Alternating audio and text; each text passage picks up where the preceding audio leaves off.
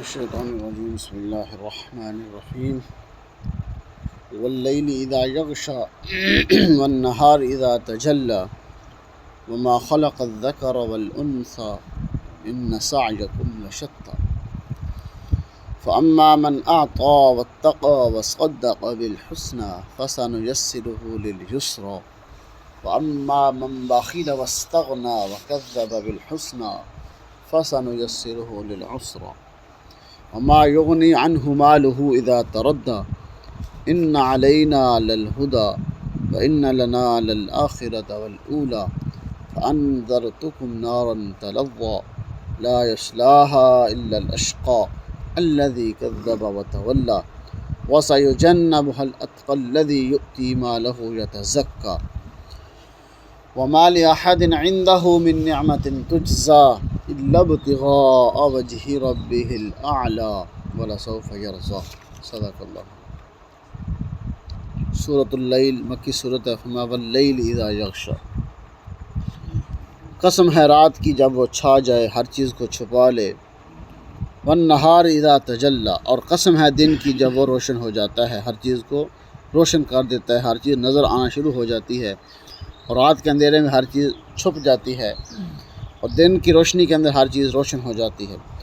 وما خلق الذکر والانثی، اور قسم ہے اس ذات کی جس نے مذکر اور مؤنث کو پیدا کیا، یعنی اللہ کی جس نے نر اور مادہ کو پیدا کیا، مرد اور عورت کو پیدا کیا، مذکر اور مؤنث کو، ہر چیز کے جوڑے بنائے۔ وما خلق الذکر والانثی، قسم ہے اس ذات کی جس نے نر اور مادہ کو پیدا کیا۔ ان سعیکم لشتی، بے شک تمہاری کوششیں مختلف ہیں۔ کوئی بندہ دنیا کے لیے کوشش کر رہا ہے، جو کوئی آخرت کے لیے کوشش کر رہا ہے، کوئی اپنی ذات کے لیے کوشش کر رہا ہے، کوئی اپنے مرتبے اور عہدے کے لیے کوشش کر رہا ہے، کوئی مال جمع کرنے کے لیے کوشش کر رہا ہے، یعنی ہر بندے کی کوششیں کیا ہیں؟ مختلف ہیں۔ فاما من اعطى واتقى، بہرحال جو شخص دے گا اللہ کے راستے میں اور اللہ سے ڈرے گا، یعنی کوشش تم جو بھی کرتے رہو لیکن اللہ کے راستے میں خرچ کرنا۔ فاما من اعطى، جو شخص عطا کرے گا، لوگوں کو دے گا، واتقى، اور پھر اللہ سے ڈرے گا، یعنی دینے کے بعد احسان جتلانا نہیں ہے، کسی کو نیکی یاد نہیں کروانی، بلکہ واتقى، اس کے بعد اللہ سے ڈرنا ہے۔ وصدق بالحسنى، اور جس نے تصدیق کی حسنہ کی، یعنی نیکی کے کاموں کی، جنت کے راستے کی، لا الہ الا اللہ کی جس نے تصدیق کر دی، ہم کیا کریں گے؟ فَسَنُيَسِّرُهُ لِلْيُسْرَى، تو اس کے لیے آرام کی سہولتیں، آرام کے لیے، اس کی راحت کے لیے اس کے راستے آسان کر دیں گے، یعنی جو اللہ کے راستے میں لوگوں کو دیتا ہے، واتقى، اور تقوی اختیار کرتا ہے، اور نیکی کے کاموں کی تصدیق کرتا ہے، لا الہ الا اللہ کی تصدیق کرتا ہے، جنت کے راستے کی تصدیق کرتا ہے، ہم اس کے لیے اس کے کام آسان کر دیں گے، راحت والے کام اس کے لیے آسان کر دیے جائیں گے۔ اور دوسرا شخص وَأَمَّا مَن بَخِلَ وَاسْتَغْنَى، ایک وہ بھی ہے جو کوشش کرتا ہے، بہرحال جس نے بخل کیا، کنجوسی کی، واستغنى، اور بے پرواہی کی، جہاں خرچ کرنا چاہیے تھا وہاں نہیں خرچ کیا، اپنی شہرت کے لیے خرچ کیا، اپنا نام نمود حاصل کرنے کے لیے، اس کے لیے تو وہ خرچ کرتا رہا، لیکن جہاں خرچ کرنا چاہیے تھا اس نے خرچ نہیں کیا۔ وَأَمَّا مَن بَخِلَ، بخل کرتا رہا، وَاسْتَغْنَى، اور بے پرواہی کی، لاپرواہی کی، وَكَذَّبَ بِالْحُسْنَى، اور نیکی کے راستے کو بھی جھٹلا دیا، یعنی اس کو جنت کیا ایمان ہی نہیں تھا، آخرت کا یقین ہی نہیں تھا، لا الہ الا اللہ کو اس نے کیا کر دیا؟ جھٹلا دیا، اپنی من مانی زندگی گزارتا رہا،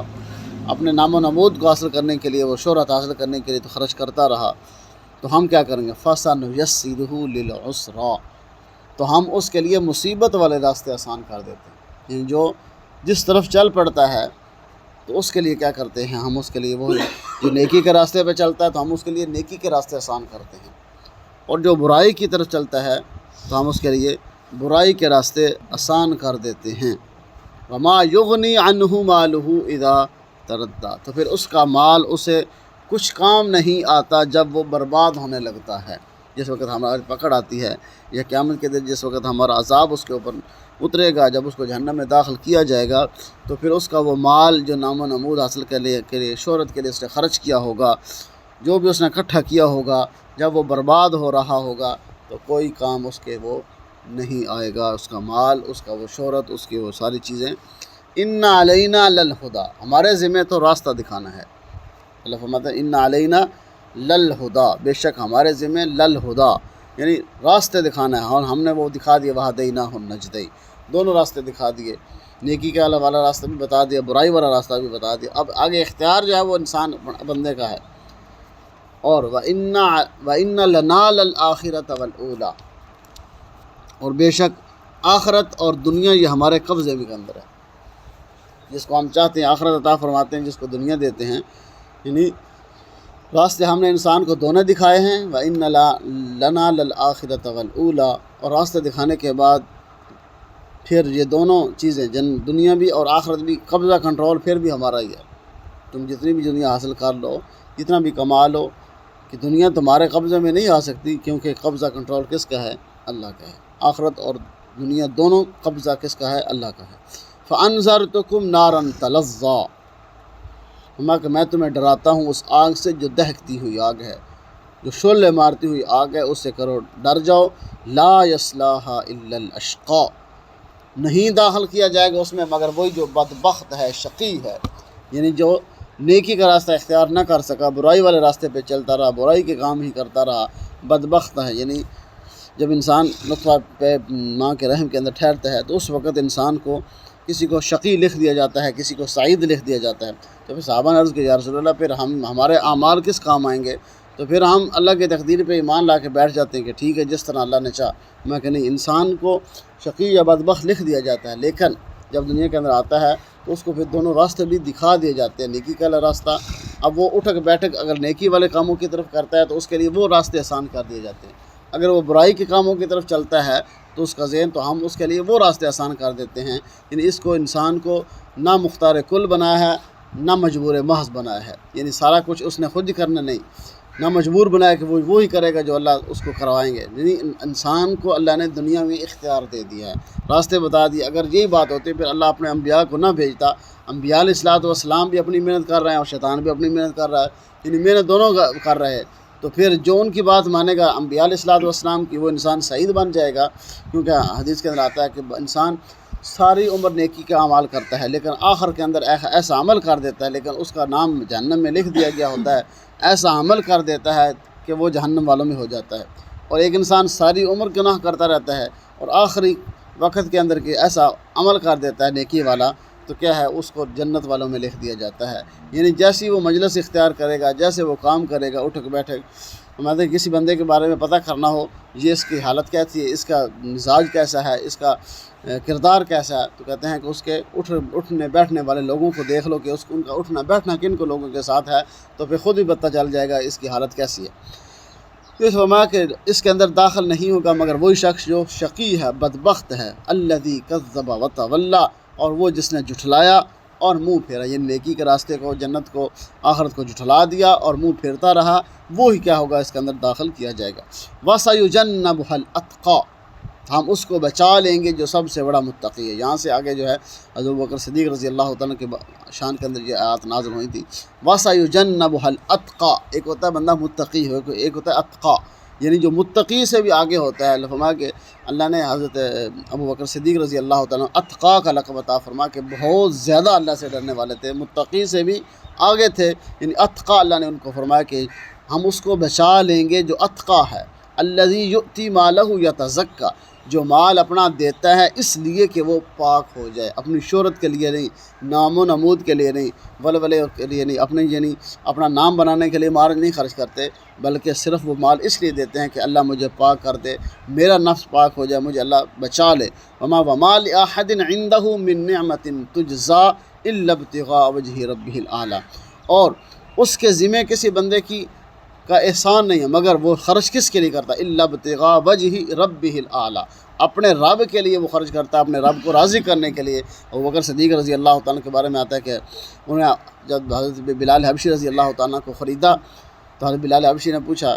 کہ ابوبکر کیا مجھے خریدا تم نے اپنے کاموں کے لیے؟ ابوبکر نے کہا نہیں، میں نے تجھے خریدا ہے اللہ کے کاموں کے لیے، میں تجھے آج سے کیا کرتا ہوں، میں اپنے کاموں کے لیے تجھے نہیں خریدا بلکہ مجھے اللہ کے محبوب صلی اللہ علیہ وسلم نے بھیجا ہے اور میں نے تجھے خرید کے اللہ کے کاموں کے لیے وقف کر دیا ہے، آزاد کر دیا ہے، تو پھر ابوبکر صدیق رضی اللہ تعالیٰ عنہ کے جب خرچہ مدینے کے کتنے ایسے گھر تھے جو ابوبکر صدیق رضی اللہ تعالیٰ عنہ وہاں کیا کہ خرچہ پہنچاتے تھے. اور آخری غزوہ